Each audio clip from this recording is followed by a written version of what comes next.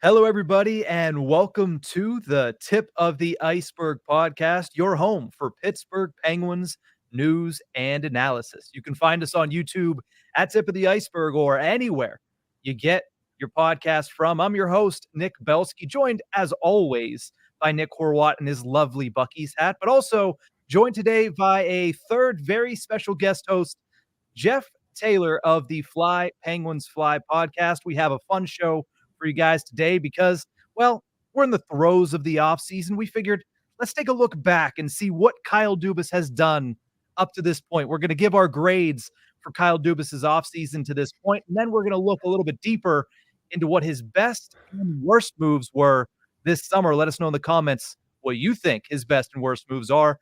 And then we're going to chop it up about some Pens prospects because Jeff Taylor was boots on the ground at Penn's development camp a couple weeks ago. We'll get his thoughts on what we saw or what he saw at Cranberry at UPMC Lemieux Sports Complex. But let's get started.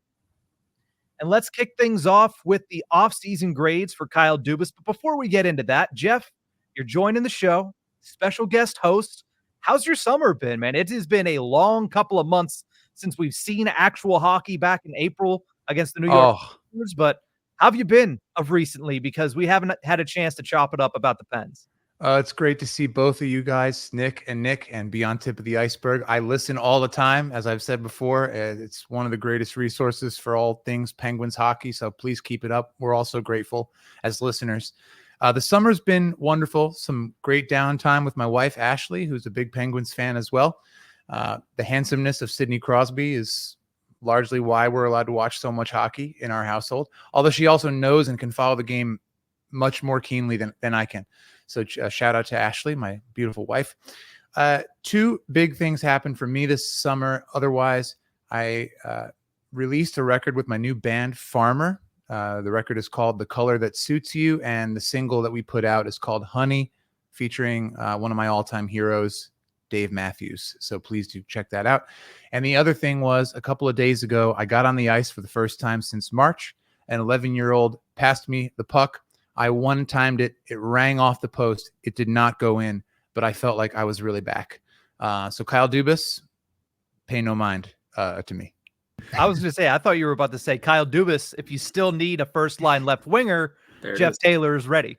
I'm Marcus Pettersson shaped, but about 15 pounds under his weight. I don't think I would do it, and I can barely move. So good depth option. That's all I'm hearing from you. It's a good depth piece to add into the lineup at the third or fourth line level, who can be shut down too. Sixth or seventh line level at D League, and also my bench, my chirping stuff. I bring that Jersey flair to the bench, and I think that could be helpful. Certainly would make Drew O'Connor feel right at home. So yes. With that, let's get into some of the offseason grades here for Kyle Dubas, because it has been a couple months, but you look at what he's done. It is an incomplete grade because it seems like there's still more to come. But at the same time, this is basically grading a college student or high school student that is getting ready for finals. So with that in mind, let's start with you, Jeff, because you are the guest and we want to kick things off with you. What would you grade Kyle Dubas's performance this summer as? Okay. Overall, I'm impressed. I think we saw more action in free agency and in, following the draft than I thought we would. And some of the names that I saw come in, I was impressed with. Matt Grzelcyk is a guy who's done some great things in places elsewhere in the NHL. Boston, I know, is one place that comes to mind. Blake Lizotte, somebody I'm excited to see slot in with the Penguins. And overall, I think because the Penguins, in my opinion, are they're already in their rebuild, call it what you will, West Wing reference, just say bagel, don't say the word rebuild. But overall, I'm going to give him a solid B. And it's my worst move that he made. When we get there, that's the reason for that grade. See, I'm like right around that. I'm a little bit below the solid B grade. I think I've been sitting at a C+ to a B- just because, you're right. Like there were plenty of pieces brought in. There was a key piece moved out. free agents left as they normally would. But I think the lack of a splash is what holds me back a little bit. So I go for that C plus B minus range, but knowing there's still time to add to it. But at the same time, we came into this offseason expecting certain things, expecting Riley Smith to be traded. That one did happen. Expecting maybe Tristan Jarry to be dealt. He's still here. Expecting a name like, I think Lars Eller was thrown out there for a little bit. That hasn't happened. Same goes for Ryan Graves and Nola Chari and other names that have been thrown out there, but just nothing came to. And I think it was that lack of splash that holds it back for me. I will say one of the most unexpected signings for me, at least, was Alex Nedeljkovic coming back for a couple of years. Mm-hmm. Yeah. Yeah, and it's funny because you mentioned the lack of splash. It's kind of the inverse of what Dubas's first summer was in Pittsburgh. You look at last offseason, he signed the biggest defenseman on the market, which was Ryan Graves. He signed really the most expensive goaltender on the market, which was Tristan Jarry. And then he made the biggest trade of the offseason in getting Erik Karlsson in early August. And you look at this offseason, and it has been the opposite, right? It has been a lot of moves that are very quiet, very understated, not a lot of term given out. The only two guys that had more than 1 year on their contract when brought in were Blake Lizotte, who got a 2-year contract, and Kevin Hayes, who had 2 years remaining. So it is interesting that he's kind of shifted and gone the opposite direction, but I think it goes perfectly in line with the direction of the organization. Jeff alluded to the fact that I'm calling it a rebuild. I know Kyle Dubas will never call it a rebuild. I know Sidney Crosby will never call it a rebuild because this is a gate-driven league and they need people to show up, and people don't like to show up for a rebuild. But at the same time, it's a rebuild, and their moves have been indicative of that so far this summer. Yeah, I agree. And Nick Horwat, of course, you mentioned the Alex Nedeljkovic signing. That to me is my biggest and coolest move that I've seen personally, because the eye test as a fan, being out there, going to the rink, watching games from home, that was kind of the big story for me with the Penguins last year, was Alex Nedeljkovic just looking great. Did he take the net from Tristan Jarry? Yeah, he did toward the end of the season. And that's exciting hockey for me. Goaltender is the most exciting position for me. And that was a great story.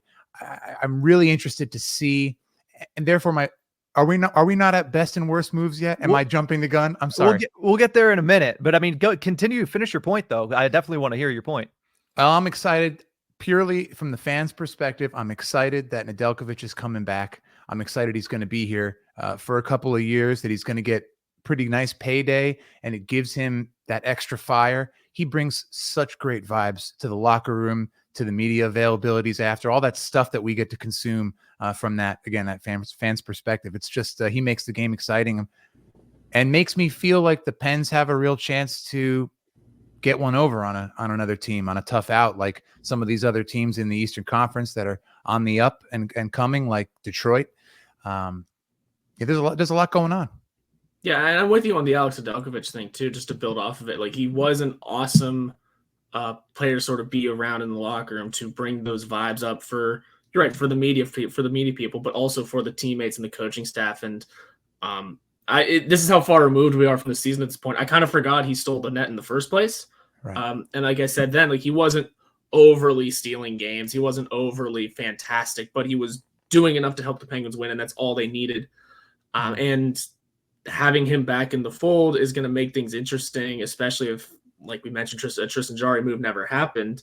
If we go back into this next season with those two as the duo, as the tandem, there's going to be a dichotomy there of who's starting, who is the starter. Because, like you mentioned, I mean, Nedeljkovic stole that role, but Jarry is still around making starter money. Yeah, that is going to be one of, if not the biggest headlines and storylines to follow when the Penguins come back into town in September and get ready for training camp in the 2024-25 season.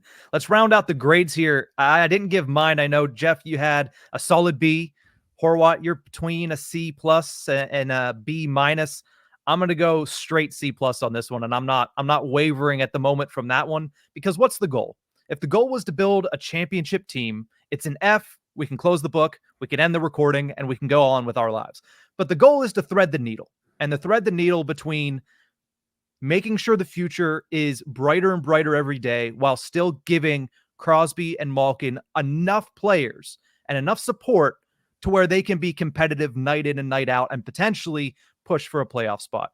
That's a tough position for Kyle Dubas to be in. And the reason I give him a C+ is, well, he really didn't do anything to overly, add to the team going into next season.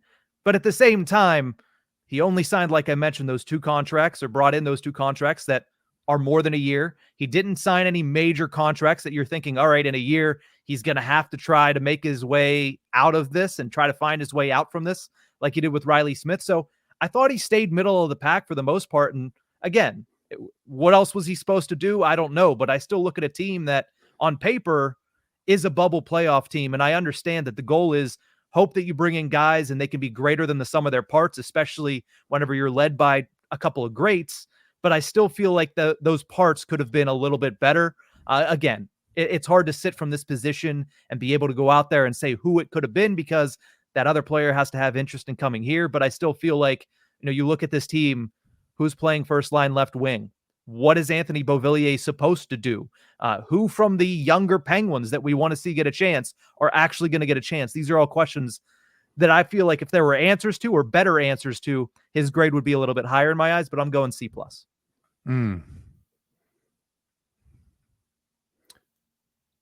Any rebuttal? Sorry, I mean, I'm the host here. Any rebuttal from you, Jeff, first, before we go over to Horwat? No rebuttal per se. When you said young Penguins, and forgive my silence, I was actually typing in the name of one of those young Penguins. Somebody that came to mind was Corey Andonovski. And every time I've seen him on the ice in camps in the last couple of years, he is just a real physical presence, kind of a bull out there. And there are players, right? There is starting to become a fairly respectable, kind of exciting group of players on the bubble for me. And we saw some of those players really starting to get a chance last year in Pustonin and Drew O'Connor establishing a more solid role right on the NHL roster in the last couple of years. And, it's just going to be gradual. I mean, there is no magic wand that can be waved, right? Father Time is undefeated when it comes to the older guys.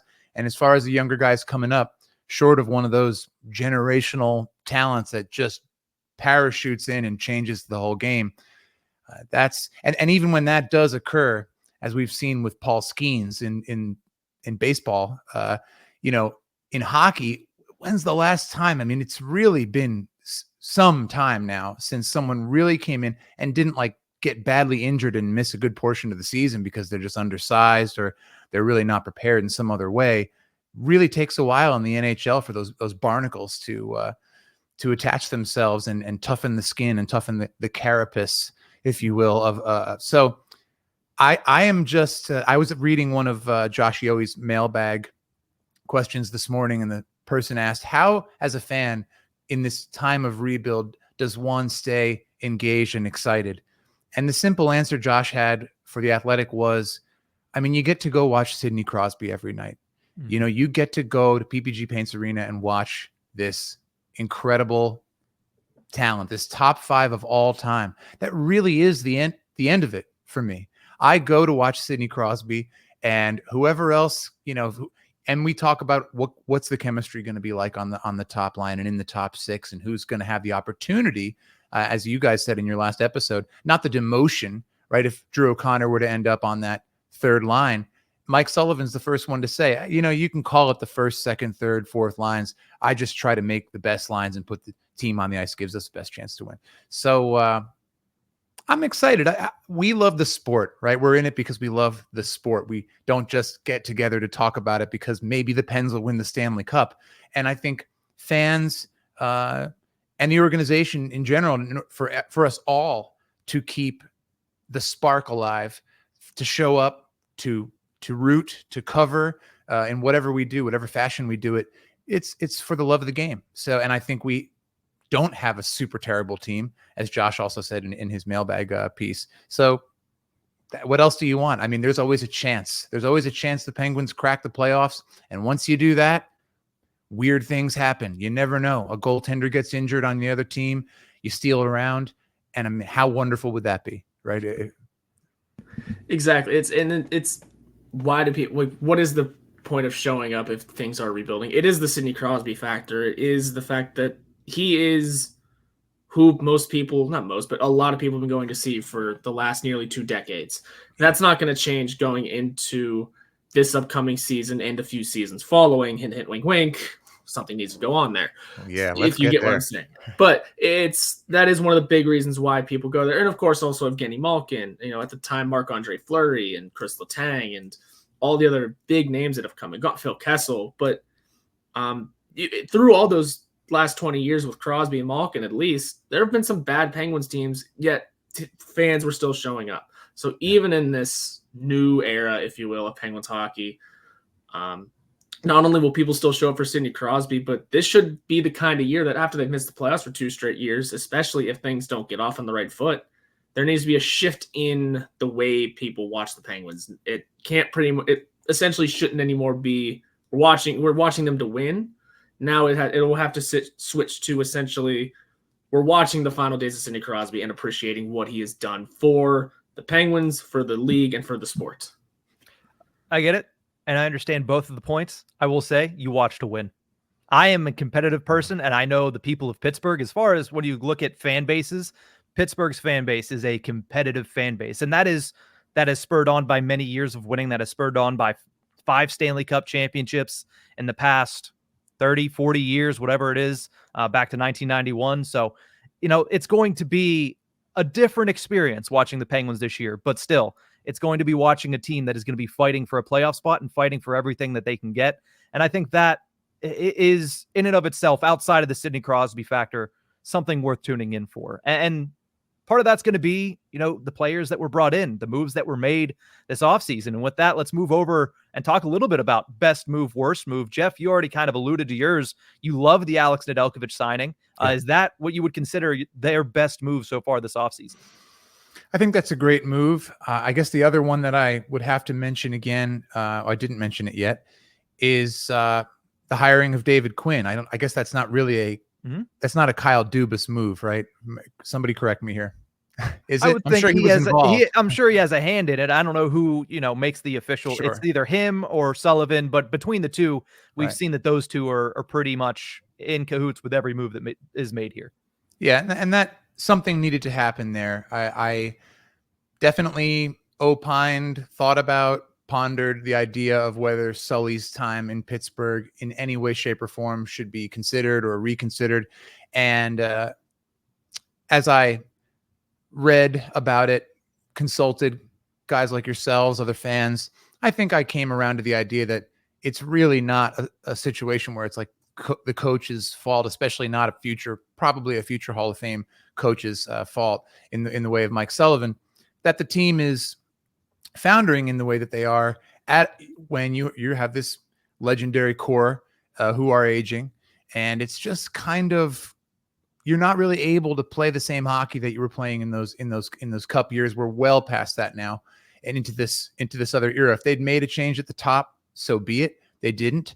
And to see Todd Reirden go and to see David Quinn come in, someone who, for lack of a better way of putting it, is kind of like a pseudo Sullivan looking, sounding, pedigreed hockey player and coaching staff type of guy. I mean, they really do almost look like thespian versions of one another, future and past. I don't know how much older Sully is, but maybe it's like in that president role, you age faster when you go on those cup runs. Sully looks great. He's a handsome fella, but he looks a little older to me than David Quinn. Sorry, coach, but I believe Quinn is 3 years older or something like that, because there was a story. Quinn's older. Yeah, there was a story that I think I'm getting it right. Whenever they first coached against each other a couple years back, whenever he was with the Rangers, NBC Sports at the time did a little documentary on them, a small clip, and I think it was Quinn said, because he was a couple years older, he gave his ID to Sullivan to go around the bars at BU. So for like 2 years, he essentially was David Quinn. Yeah, as of right now, it's 57-56. David Quinn is in the lead. So like a year. Wow. They both look great. I just was going to say in comparison to one, but that said, former teammates, and I think that's a really exciting thing. In addition to Nedeljkovic being re-signed, is the addition of David Quinn, and just what if there's a real spark there and a chemistry there between him and Letang and Carlson, and then dialoguing and what happens if the Pens power play catches fire a little bit, we would see a very different result down the stretch with this team. And I'm glad you brought that one up, because that's a hiring and a move that I had completely not forgotten about, but kind of overlooked for this section here, because you're right. The kind of new voice, what a new voice behind the bench can bring, especially a guy like Quinn, who can maybe find something new in Crystal Tang for the last couple of years, maybe find something new in Marcus Pettersson as he's probably going into a contract season, but most importantly, be that whisperer for Erik Karlsson to wake him back up for his next season after, let's just say not meeting expectations in his first year in Pittsburgh. Mm-hmm. Now he'll have a familiar voice that he had in San Jose, where he got 101 points as a defenseman, allowing him to sort of settle in a little bit more comfortably. It's tough playing with a superstar like that, who kind of doesn't play by his own rules necessarily, but has his own mindset. David Quinn may be honing that in a little, or at least letting other guys know how to work it. It should be a very big net positive for the team. And not what I had written down for my best, but definitely that's a good second the more I think about it and talk about it. Well, let's hear what is your best, Horwat. Let's go over to your best move of the offseason for Kyle Dubas and the Penguins. Quite simply, just moving out Riley Smith. We don't have to go too far into detail on it. Just the chemistry seemed to work for the first couple of games, and then it all fell flat and never really woke back up. So moving out on a name like that, you didn't need much in return. You were just trying to dump it off and open up the space, open up the cap space, open up that roster spot for pretty much anyone else. Going from there. It's a topic we've discussed a gazillion times since the season. Nothing new was really said other than moving on from him is, at least as of right now, probably the best move the Penguins have done this offseason. Yeah, not only getting something back, getting more back than you paid a year prior after a down season. That was on my list. That was certainly on my list there, because you traded a third-round pick, and everybody said, "Oh, that's a bargain price," but especially for what you're getting, and then they, I feel like, didn't get close to what they were asking for last year when they acquired Riley Smith. And again, you mentioned it. It's not that he's a bad player. It was just a bad fit in Pittsburgh. But to get back a second and a fifth, and I understand they're retaining 25% of his salary for one season. But again, we talked about this on the outset. This is a team that is, don't say the big word out loud, but say the big word out loud, rebuilding. 25%, or bagel, say 25% for one season is nothing, especially to get a second and a fifth rounder in return for a player that, let's just face it, didn't work with the Pittsburgh Penguins. And I'd like to add regarding Riley Smith, and again, this is to say nothing per se about somebody I've never met in person, but when I'm reading from the outside perspective as a non, in the locker room person, that Riley Smith has been vocal around the organization from day one about not wanting to be in Pittsburgh. I will self-promote Fly Penguins Fly for 1 second, which is another podcast that's out there somewhere. We talked to Paul Steigerwald for one of the episodes, and he discussed the culture that has disseminated down from Badger Bob and Craig Patrick in the early 90s. And it was such that if you brought bad vibes into the clubhouse, into the locker room, into meetings, into camp, into practice, you did not last long. And according to Staggy, that has lasted through to today in some generational sense. Well, it's a great day for hockey. That's positive. I don't want to be in Pittsburgh. Bye-bye. And the fact that he was here as long as he was frankly kind of, as soon as that started to leak out, that one of our, top talent pieces in the forwards doesn't want to be here, and Sid Crosby is our captain, and Geno Malkin with his particular brand of humor, and Karlsson comes in with this great attitude, and Letang, after the incredibly difficult year that he had last year, rose character-wise to the challenge of sharing those top defensive positions. Marcus Pettersson, best attitude. I mean, again, from what I saw, from what I gleaned, receiving the content that Nick Horwat, that you and your other associates in the locker room there were bringing to us on TV and on the radio. as a Penguins fan. That's my favorite part about rooting for this team, is that there's so much positivity. There's a good vibe almost always, right, with all these cats. And when we get to worst moves, once again, I just can't wait for that one. Yeah, I wouldn't say Riley Smith necessarily brought the vibes down openly. I think maybe there was some quiet, because nothing's going to be open and obvious. This isn't the NFL where guys are straight up saying nonsense things to get a rise. Although for NHL terms, that was as close as I've ever heard it come in Penguins land to someone kind of being like almost anti-Penguin while wearing the crest. I mean, that was weird. And that, like I said, he's not going to straight up come out and say it, but I can understand where, from some of the vibes that were there, where people would have that conclusion.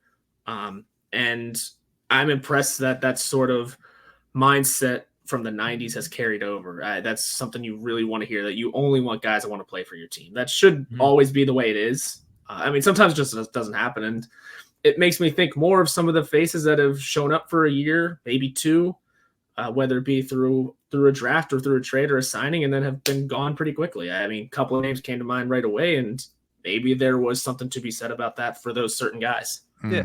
The one thing I'll say about Riley Smith at the tail end of this is, the thing that you mentioned there, Horwat, is you would have never been able to know inside the locker room just by being there if you didn't hear it from elsewhere. He's a professional, as are most of these players that are brought into the Penguins organization.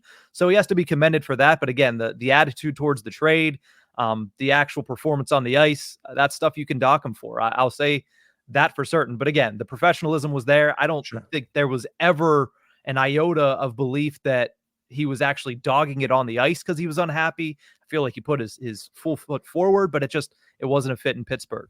Let's close out the best moves here. I'll just throw one extra one on the pile here because there have been a lot of good ones discussed already. I'm going to say the Kevin Hayes trade is up there because, again, what are you trying to do? You're trying to not mortgage the future. In fact, you're trying to make a brighter future while making the team currently a little bit better. Kevin Hayes trade, very low risk. In fact, almost no risk for medium reward. He could be a 40 to 50 point producer, if possible, at his best. He's a guy that brings in that veteran presence. He's a guy that is historically, outside of, whatever happened at the tail end in Philly, has historically been seen as a very good locker room presence. You bring a guy like that in, gain a second rounder in the process. I think it's a nice little piece of business from Kyle Dubas. That's why I'll put that in the best move category. I agree with Jeff. The David Quinn one is probably a little bit higher up there. I agree with the Riley Smith one being pretty high up there, but I think Kevin Hayes trade needs to go up there as well. I don't disagree with that at all either. It's just a matter of seeing how it goes, seeing how it turns out. But I like that one too. So sorry. Go ahead. No, go ahead. Finish off. On Kevin Hayes, we love having anybody in the Penguins locker room who was a part of spreading the gospel about the bad vibes in Philadelphia, as he was so, well storied to have been a part of. So well done there, Kevin. Allegedly. We'll say allegedly. Allegedly, indeed. I certainly don't have proof of that. So. Let's move over and talk about the worst moves with that in mind. Obviously, there have been some moves that are not beloved by the Penguins fan base, as we've certainly seen in our comment section. Horwat, let's start with you on this one. What do you think was the worst move of the Penguins this offseason? I think so far my worst move is the lack of moves. And by lack of moves, I already mentioned the lack of splash earlier. We don't need to do too much more of that. But much like me and you, Berlansky, just talked about, or Belsky, I should say. Sorry, I'm still getting used to that. I would say not having Crosby signed yet still. Again, it is still nothing to worry about, but the fact that it has still gone on for this many weeks and the waiting game is still being had, like we said, the longer it goes on, the more speculation is going to come up, and just something needs to get done there. I get that they're all trying to be private and hush-hush about it, but a little bit of vocalness would be helpful for a lot of people, especially if speculation does start kicking up again. Again, not at the moment, not yet, but soon enough. Yeah, we talked on Tuesday about that a little bit, that, if it gets past his birthday, which is August 7th, then there's going to be a lot of people that start the chirping a little bit more, even though they were just shut down by by Rossi on July 8th. They're starting to get a little bit nervous, and there's starting to be a little bit of rumbling outside of the city of Pittsburgh about this. Do you have any thoughts on the non-signing so far of Sidney Crosby, Jeff?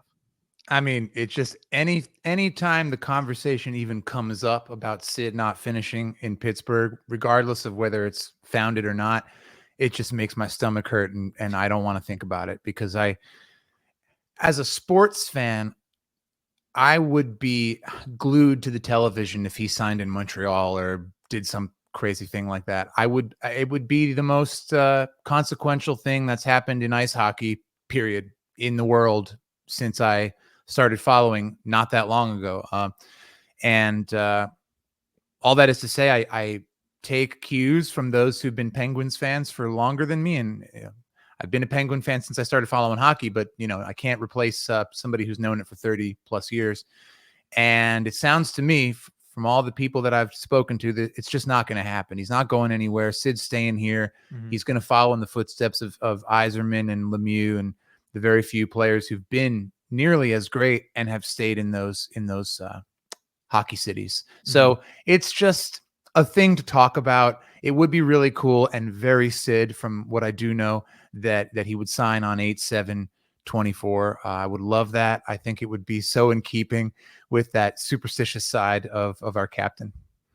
The question that I have here, and I got to look it up because you just mentioned the date, and it's 8/7/24. If he signs a 3-year deal on his birthday, 8/7/24, would that mean he's going to sign for up to 24 seasons in the NHL?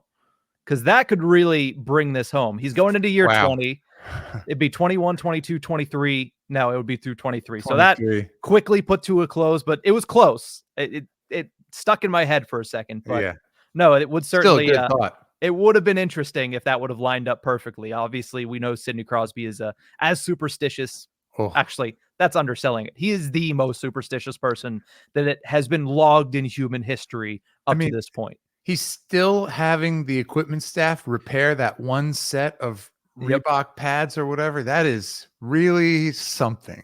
Yeah. I mean, that is just for lack of a better term, that is the tip of the iceberg when it comes to Sidney Crosby. Man. But Jeff, you were very excited about your worst move. I'm going to actually put that on the back burner and let you close us out with this.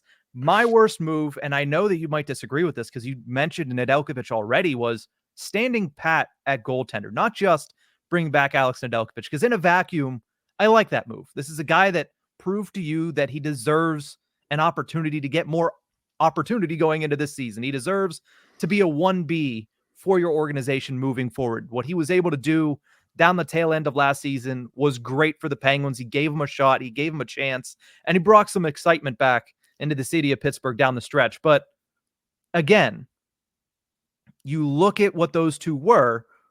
Ned was a 900 goaltender.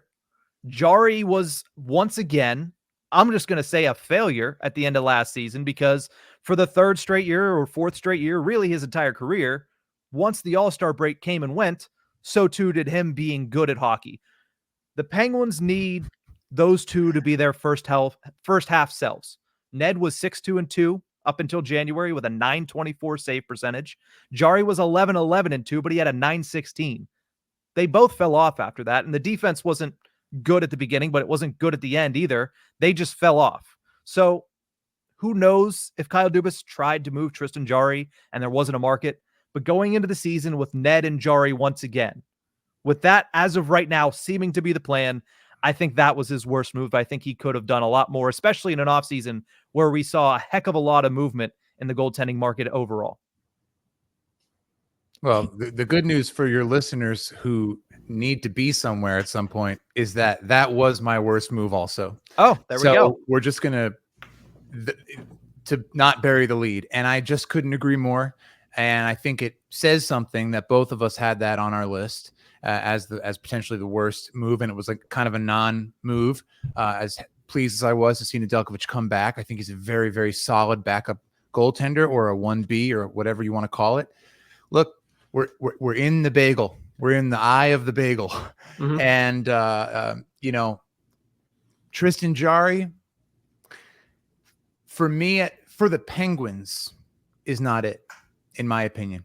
And that's not to say, because what happens when you say that to a really in the know, stat knowledgeable, league market knowledgeable hockey analyst or journalist, the first thing that you get thrown back at you is, But what else is out there? Who else did you think you were going to get? You want to get John Gibson? Well, he comes along with this issue and that. You weren't going to get Hellebuck when that ship sailed because of X, Y, and Z. Who is it that you, and the armchair GM in me and this doesn't really make a ton of sense at the NHL level, so forgive it in advance, please.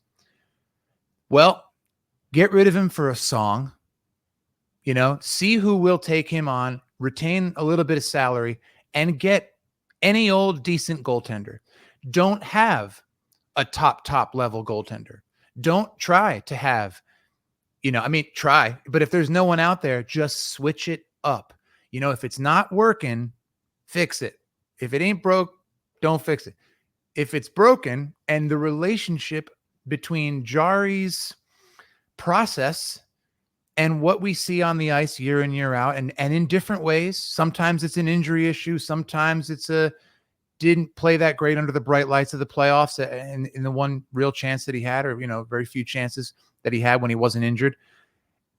It's just the chemistry between this organization and this player, to me, just is not, it's not there. I remember in a microcosmic sense, the day that Kasperi Kapanen put on a St. Louis Blues kit, he scored a goal. And he kept scoring for them, at least in the short term. I didn't really keep super close track of Kapanen's progress with St. Louis. But the point is, we've seen it with Jared McCann. We've seen it with other players. Daniel Sprong, almost anywhere else he's gone after the Penguins, he's done somewhat better than he did here. That's probably not the best example. But there's somebody. We did mention Murashov before. I know he's not ready yet. But look, folks, Ned's pretty darn good. There's some other pretty darn good goalies out there, and you just never know what you can get done. Is somebody with the right personality, the team plays in front of that goaltender in a certain way. We saw that with Nedeljkovic. Somehow the team felt a spark playing in front of him, particularly on nights when Jarry would be pulled, Ned would come in, or Ned would start the game, and there was like a punkness to it, like a cool new band, like Nirvana before Nevermind came out. Like they were just out on the circuit. A lot of people already knew about them. And if you were at those Bleach era shows, I mean, what's cooler than that? There was like a vibe, right? And it spurred on this thing, which did continue to be successful. I'm interested to see, number one, if Nedeljkovic's 24-25 series is Nevermind-ish. And then number two, there's not, right? You guys, Jarry's here for the first game of the season. He's going to play or be dressed for Penguins Rangers at PPG Paints Arena, right? He's going to be a Penguin going into the season. There's no, right?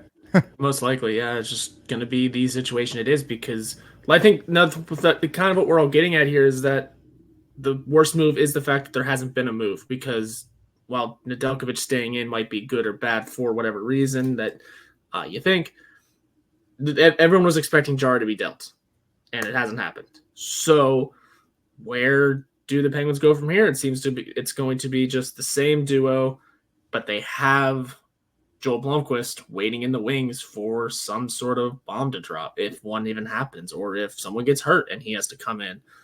Yeah, we'll see what happens during the season. It could be an entertaining trade deadline. There's always that to look forward to too. I mean, yes, Nedeljkovic is around for a couple seasons, but if he plays pretty well, that's a movable deal. If Jarry isn't doing well, someone might take a flyer on him. If Jarry is playing well and Nedeljkovic is playing well, see who you can get, see what you can get in return, especially if Blomqvist is doing good. There's all kind of possibilities that can happen with this goaltending duo or trio as the season progresses even. Mm-hmm. Yeah. It is going to be, it is going to be huge for the Penguins this year. What happens in net? Do they end up trading Jarry at some point? You just ran down all the possibilities there, Horwat. There is a lot that goes into this season for the Penguins in net, and I just expected there, especially whenever the trade went down, I just had the expectation that, knowing the way the goaltenders were about to be moved, it felt like that was move number one, and it was the start of a little bit of an avalanche, and it wasn't. In fact, it's been radio silence on the goaltending front since then for the Pittsburgh Penguins, while the rest of the league has continued to shapeshift when it comes to their net minding trios or duos or what have you. So it is certainly going to be a storyline to follow as the year progresses. let's close things out for this episode with a quick check-in on some prospects. We've talked a lot about prospects, and we like to do it in the summertime because that is the future. That is what's exciting. We can talk about Crosby and Malkin and Brian Rust all the live long day, but the reality is we have a pretty good idea of what to expect from them next season. We'll get into all of our predictions in that as August rolls in and as September kicks in. But as of right now, we want to talk a little bit about prospects. And Jeff, you were in attendance for prospect development camp up at Cranberry, the UPMC Sports Lemieux complex. You had close eyes on Sergei Murashov. It is the guy that everybody has been talking about seemingly since that development camp, and the guy that whenever I texted you about it, you said, listen, I was laser focused on Murashov and every single move that he had. What were your thoughts on the young Russian netminder? Well, Murashov made a couple of many bell. I don't know if it was 10 bell, but some great saves while I was there on a lot of these players who have either just recently been drafted, who we saw suited up, or, have been at camp before. Players like Zamplant, or names that are fun to say, like that one. But, watching him in net, he looked spry. He looked very excited, really dialed in, very alert, upright, coming far out of the crease, looked pretty bold. And I did watch also some of the interview footage that I saw from the previous day of camp when I wasn't on the ground. And he seemed like a pretty sharp guy, right? I got to make this decision. I have a lot of decision making to do. He was really transparent, talked about an offer that he had from his home team and possibly signing with the KHL again, or whether to, I don't know if the decision is either to do that or say, try to come and get a job with the Wilkes-Barre Scranton Penguins, or what the next move would be. But it was just to see the media excited, got me excited. So then I came down to the rink, and when I walked in, it just so happened that Sergei was tending goal right by the door where you first walked in. So I first saw him from behind, and then I came in and sat right in front of him and watched all these pretty exciting sequences. Just neat. Also, there's something about a Russian goalie in the Penguin system. I'll just say it. That gets me excited as a person of some Russian ancestry. And I always hear about Gino thriving whenever he had Sergei Gonchar in the room, or anytime he's been able to go, like we've seen in the footage from, what was that, some kind of an all-star game that was going on over in Russia, where he and Ovechkin were playing together. I just love seeing him. I'm not saying that we expect to see Murashov overlap with Evgeny Malkin's career. It's probably not going to be the case unless some, like you said, a bomb drops. But cool to see him out there. And then the other player that stuck out to me, and look, I saw the other names out there like Pickering, Andonovsky, of course. Tanner Howe was signed, I think, later that day after I left camp. Must have been right upstairs from where we were all watching. By the way, I always say it. Anybody out there listening, you're a Penguins fan from out of town, come into town, get yourself a flight to Pittsburgh, and go watch camp. Whether it's prospect camp, rookie camp, or Penguins training camp, it's free. There's no better non-ticket than to just waltz into UPMC and watch the Penguins system in action. It's so exciting to sit up right on the glass.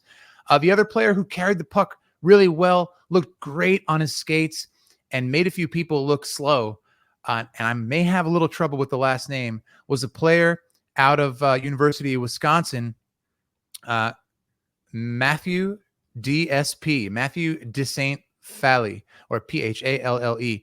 Looked strong on the puck, great skater, right shot, 5'9", 170 listed here on the University of Wisconsin on the Badgers website. This may be a little outdated.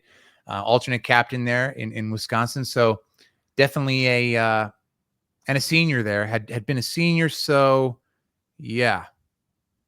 Yeah, I got on the development roster thing too. He played 7 games with Wilkes-Barre this past season, I believe. Scored a goal. So he's got a little experience in the Penguin system.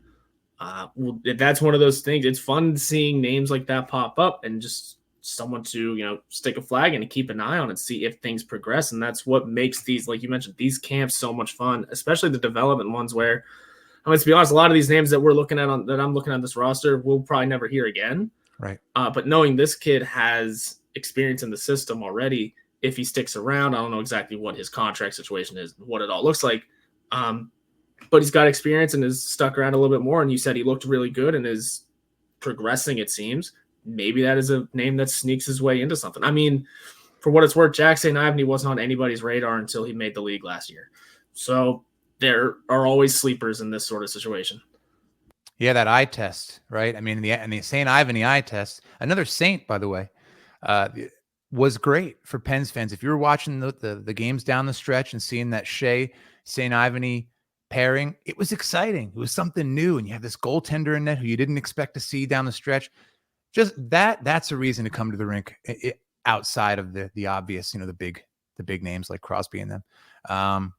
I'll kick it back to you guys. I could talk a little more about camp, but it would just be sort of anecdotes about how fun it is to be in the building and get a good latte and have a good lunch, because there is a great grill and coffee bar outside as well. So Penguins got to hire you as a ambassador to come get people into practice, and you start, maybe not the Penguins, but UPMC Lemieux Sports Complex is probably like, oh, this guy, best ambassador we got in town. But they've approached me a number of times. The numbers just didn't look right.